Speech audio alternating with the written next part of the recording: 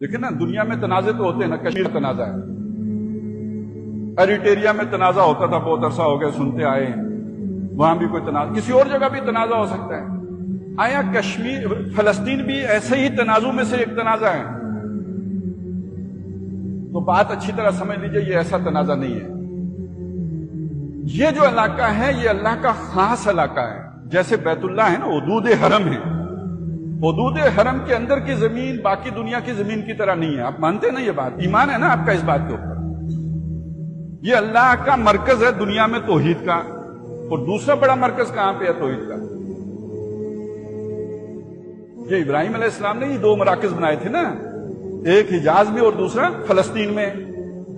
تو یہ در حقیقت ان کا تعلق، ان کی نسبت کسی قوم کے ساتھ نہیں ہے، ان کی نسبت اللہ تعالیٰ کے ساتھ ہے۔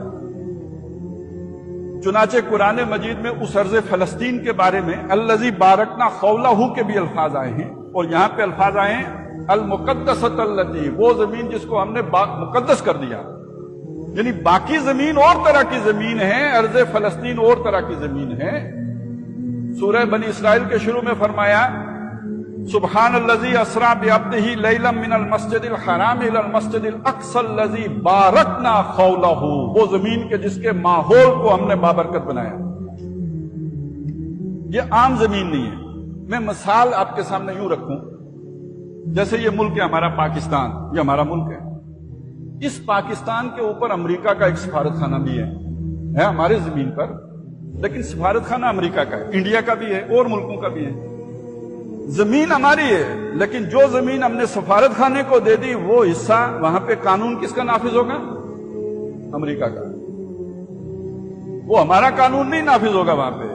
جب ایک آدمی، ہمارا مجرم، امریکی سفارت خانے کے دروازے سے اندر چلا جائے گا، گویا وہ امریکہ پہنچ گیا۔ اب امریکی سفیر کی مرضی ہمارے حوالے کرے یا اسے امریکہ بھیج دے، ہم اسے نہیں، اس پر ہمارا حکم نہیں لاگو ہوگا جب تک کہ وہ ہماری زمین پر دوبارہ قدم نہیں رکھے گا۔ اسی طرح سمجھ لیجئے بیت اللہ شریف ہو یا بیت المقدس ہو، یہ اللہ کے سفارت خانے ہیں زمین کے اوپر، یہ توحید کے مراکز ہیں، یہ اللہ کے گھر ہیں، اور اللہ کے یہ گھر الاٹ ہوں گے اللہ کے نمائندے کو، اللہ کے سفیر کو۔ اور اللہ کا آخری سفیر کون ہے؟ موسیٰ علیہ السلام یا عیسیٰ علیہ السلام یا محمد الرسول اللہ صلی اللہ علیہ وسلم؟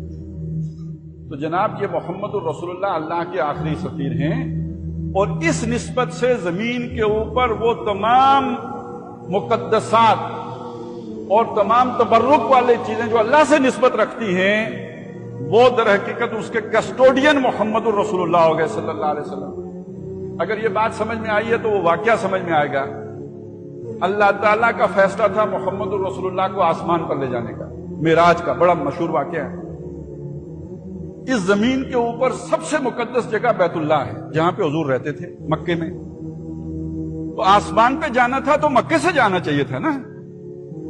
اللہ تعالیٰ نے وہاں سے چلایا، لے گئے مسجد اقصی، ارض فلسطین، اور ارض فلسطین سے اٹھا کے آسمان پر لے کے گئے۔ یہ زمینی سفر کیوں کروایا اللہ نے؟